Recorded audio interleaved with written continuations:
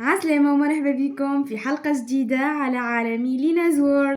واكيد قبل ما نبداو ما تنساوش اللايك الاشتراك وتفعلوا زر الجرس باش يوصلكم كل جديد. ايش باش نقولكم؟ درنا ورجعنا لنفس الموضوع المرة هذه. بالحق مانيش فاهمة شكون اللي غلط في الحكاية، هل هي الدولة وإلا المواطن وإلا الطبيعة؟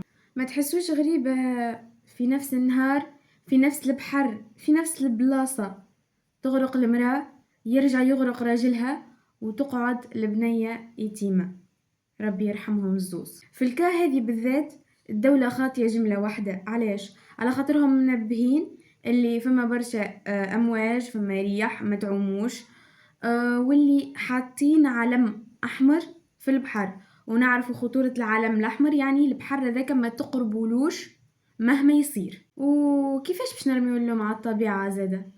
على خاطر الطبيعة ما تعرفش عليها وقت اللي تبدا ريح، وقت اللي تصب المطر، وقت اللي زادة تجي موجة حر، هذوم الكل. والناس خرجت عامت كي يقولك انتي راهو فما علم احمر ما تعومش، شنو معناها؟ معناها ما تعومش، معناها تحب تجي للبحر، يجي البحر حط كرسي وقعد شم في الهوا كهو. هو صحيح قضاء وقدر، وهي صحيح ساعته حضرت، وربي يرحمهم الناس الكل. هذا من البو والأم اللي ماتوا في كورنيش المهدية، وديما نقولوا ربي يرحمهم. فما طفل زادة اللي مازال صغير، مازالت الدنيا قدامه، اللي في بنزرت زادة كيف مات في البحر. بالحق زادة كلهم ربي يرحمهم، خاطر هذا شيء يوجع. وخليكم عقلانيين، خليكم تصرفوا بعقلكم، كي تحذروا اسمعوا الكلام واقعدوا في دياركم.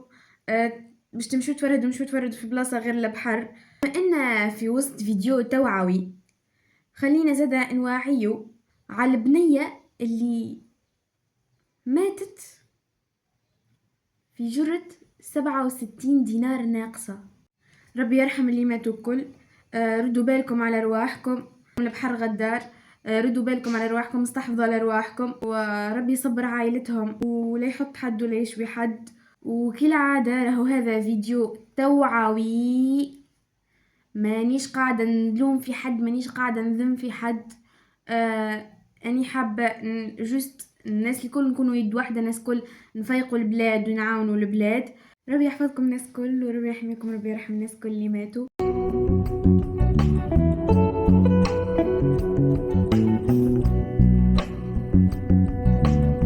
وهيك يكون الفيديو متاعنا وفيه، ان شاء الله يكون عجبكم. وما تنساوش اذا عجبكم تعملوا لايك اشتراك وتفعلوا زر الجرس باش يوصلكم كل جديد.